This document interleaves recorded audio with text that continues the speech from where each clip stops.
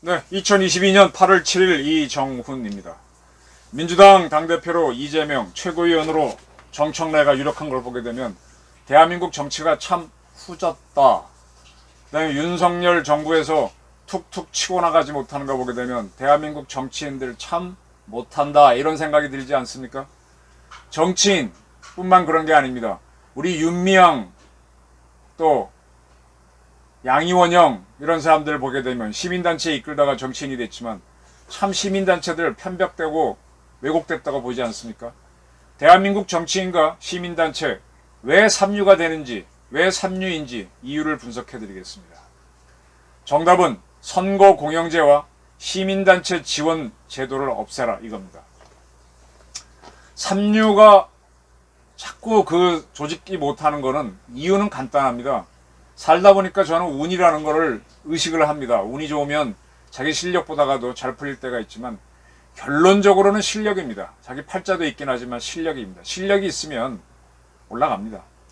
지금 우리 정치인들은 스스로 하는 게 아니라 이 기생이라는 게 뭡니까? 남한테 붙어서 남의 걸 빨아먹으면서 자기 생존하는 거잖아요. 그러니까 이 숙주가 죽으면 자기도 죽고 숙주가 잘 되면 자기도 사는 아주 비겁한 걸 하지 않습니까?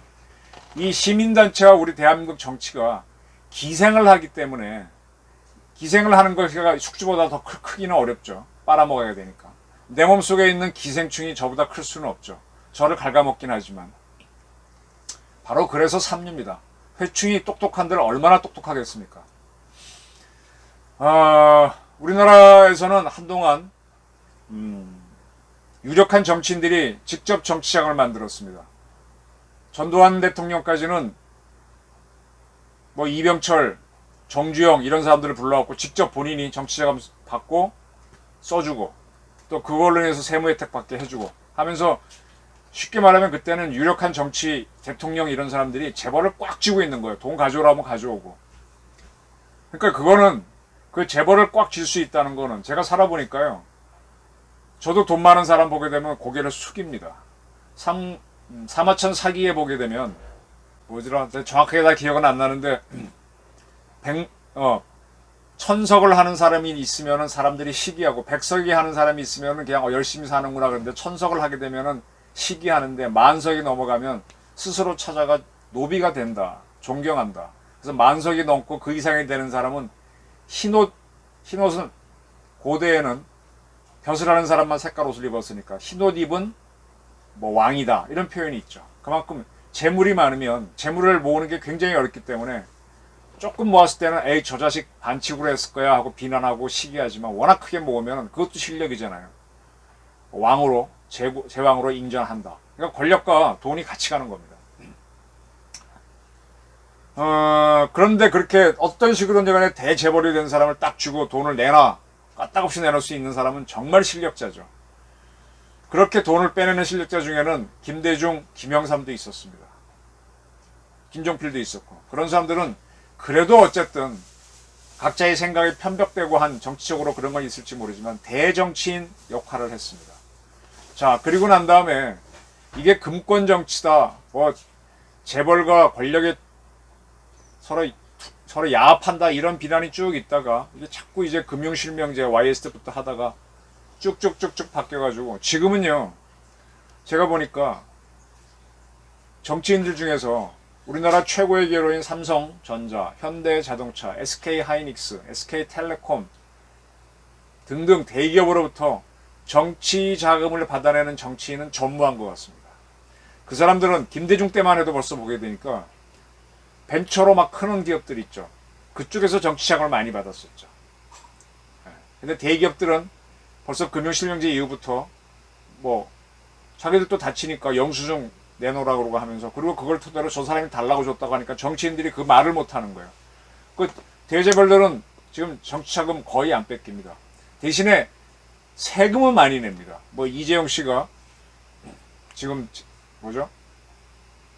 그 상속세로 12종간에는 전무후무한 대세금을 내고 있죠. 이러다 보니까요, 또 지난번 그 최순실 사건 이후 삼성 이재용 씨가 구속되고 난 다음부터는 삼성전자는 주요 언론사에 자기 이미지 광고도 실지 않습니다. 필요 없다는 거예요. 그전에는 언론하고 관계 좋게 해서 그때는 이제 언론에서도 힘이 있으니까 뭐 삼성이고 뭐고 좀 실어줘 그러면 실어주고 그랬는데 삼성전자는 아예 안 합니다. 그러니까 다른 대기업들도 별로 광고 안 해요. 일본 신문 자세히 보시면요. 일본 유력 기업들이 이미지 광고, 선시성 광고 안 합니다. 지금 우리나라 신문도 자세히 보시면요. 뭐 새로 나온 책 광고, 약품 광고 이런 쪽으로 일본처럼 가고 있거든요.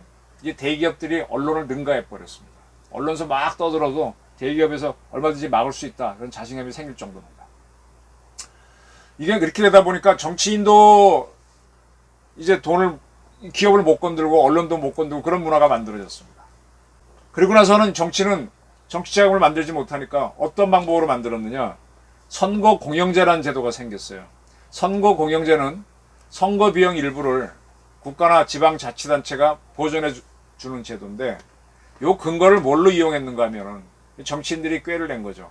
헌법 제116조 2항에 선거에 관한 경비는 법률이 정하는 경우를 제외하고는 정당 또는 후보자에게 부담시킬 수 없다. 선거 경비는 정당 또는 후보자에게 부담시킬 수 없다. 법률이 경하는 제외하고는.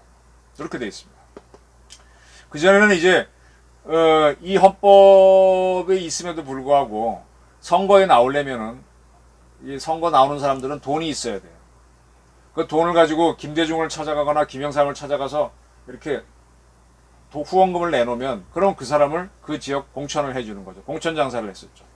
그러니까 김대중은 공천권, 김영삼, 김대중은 영남과 호남이라는 지역이 있으니까 공천 장사로 떼돈을 벌고 전두환, 박정희 이런 사람들은 대기업들한테 그냥 축척 받아내서 그렇게 해서 정치장을 만들었죠. 근데 돈 만드는 게 사실은 실력이고 능력입니다. 이렇게 했는데 이 헌법 이걸 근거로 이제 그런 제도가 자꾸 무너져 가니까 만든 게 공직선거법입니다. 이 선거법은 뭔가 하면 선거 비용을 대한민국 국민 세금으로 보전해 주자는 거예요. 조건은 몇 가지가 붙죠. 투표를 했을 때 15% 이상 유효득표를 한 사람들한테는 그 선거 비용 전체를 다 주는 겁니다. 또 얼마까지는 얼마를 주고 얼마 이하는 아예 안 주고. 그러니까 득표를 많이 못하는 사람은 돈을 많이 써도 안 해주는 겁니다. 대신에 당선되는 많이 득표한 사람은 돈을 다 돌려받으니까 좋죠. 이렇게 하다 보니까 뭐가 생겼는가 하면 대통령 선거를 예로 들면은 1당하고 2당은 무조건 15% 넘어가죠. 그러니까 대통령 선거가 다가오면은 국민 펀드란 걸 만듭니다. 자, 나를 지지하는 사람들, 내가 모집하는 펀드에 들어오시면 선거 기간이 얼마니까? 한 20일 공식적으로는. 며칠 지나고 나면 얼마로 이자를 해서 돌려드리겠습니다. 라고 합니다. 그러면 그거는 부도가 안 나는 거니까 15% 이상 무조건 득표되니까 그럼 거기다 돈을 넣습니다. 넣으면은 그게 이제 한도액은 있어요. 500몇 억까지 돼 있습니다. 근데 대통령 선거에서 500억 쓰기도 바빠요, 사실은. 그 짧은 기간 내에 500억을 어떻게 다 씁니까? 그 돈을 처음 딱 모을 때 보게 되면 먼저 많이 모으는 당이, 빨리 모으는 당이 대개 이기죠. 지난 대선에서는 윤석열 쪽이 훨씬 빨랐죠, 이재명보다. 근데 선거가 다가오게 되면 선거 비용이 들 게 뭐가 있어요? 뭐 TV에 출연하는 거 뭐 돈 주고 출연합니까? 뭐 그런 것도 있겠지만 되게 방송사에서 부르고 언론사에서 부르니까 그건 돈 안 들고 뭐가 듭니까? 선거운동원들 밥값인데 공식적으로는 그것도 뭐 그 스스로 나와서 자원봉사자 개념이잖아요. 근데 밥값은 주죠. 그 다음에 많이 들어가는 게 뭡니까? 트럭에다가 전광판 실어가지고 다니면서 뭐 누구누구 지원해주세요 하는 그거잖아요. 그러면 우리나라가 지금 잘 사는 나라니까 그 트럭을 뭐 타이탄 뭐 포터 이런 건 흔하니까 금방 할 수 있죠. 그럼 전광판은 제약이 있어요. 전광판은 선거가 아닌 때는 각 기업들이 자기 물품 홍보할 때 쓰고 선거 때는 왕창 쓰니까는 물량이 부족하죠. 그러면 평소에는 100원 받던 걸 200원 불러도 선거 때는 통과가 됩니다. 트럭도 마찬가지고. 그렇게 징발해서 하는데 이게 보통 기업들이 그런 걸 빌려서 한다 그러면 100원 할 수 있는데 선거 때는 두 개 합쳐서 두 개를 한 200원, 300원 불러도 되거든요. 그거대로 다 줍니다. 그러면 그 사람들 떼돈을 보니까 리베이트를 받죠. 리베이트가 공식적으로 30%라고 하는데 더 될 수도 있습니다. 그러면 간단하게 말하면 500억을 풀어놓고 30%, 350억, 150억이 정당으로 돌아옵니다. 그 150억을 가지고 다음 선거 때까지 총선하고 또 대선이 교차로 있고 하니까 당 충분히 운영하죠. 그 돈을 내 갖고 누구 특정 세력 죽일 수도 있죠. 그게 정당의 돈벌이 사업이 되고 있는 겁니다. 옛날에 공천장사, 옛날에 대기업한테 뽑아내던 건 못하고.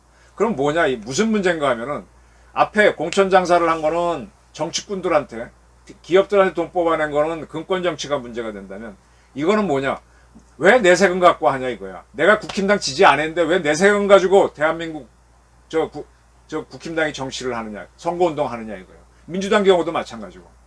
이게 엉터리가 되는 겁니다. 근데 하여간 1, 2당만 되게 되면은 무조건 다 보전받을 수 있으니까 1, 2당에 당권 지려고 서로 싸우고 국회의원 돼서 편안하게 월급쟁이 얼마나 좋아요. 그 좋은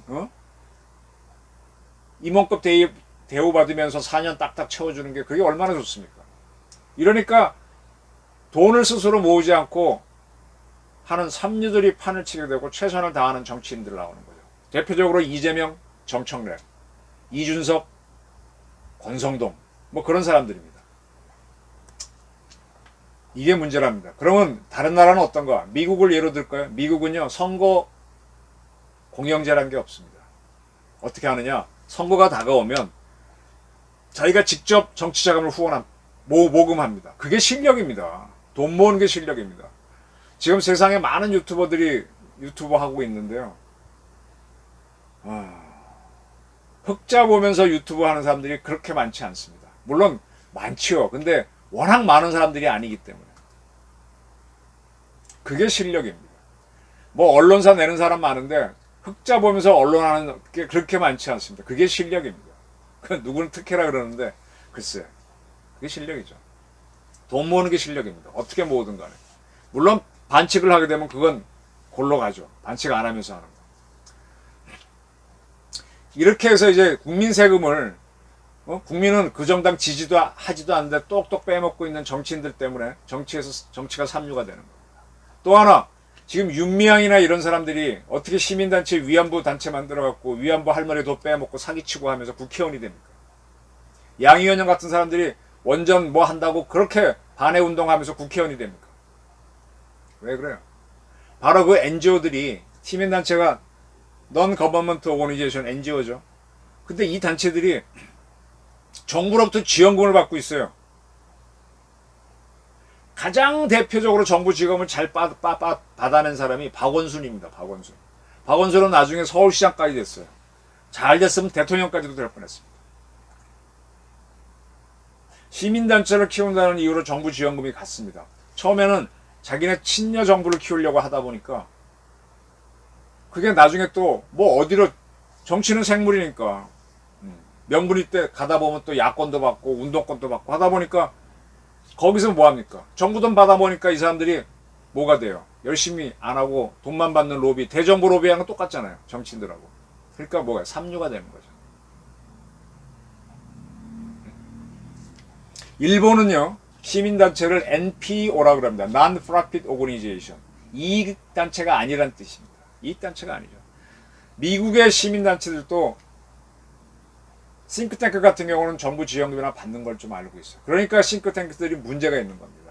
우리나라 싱크탱크인 기업체에서 하는 연구소들이 실력이 없는 것도 그 회장이 원하는 거를 추인해주는 기관이 되는 것도 바로 그런 겁니다.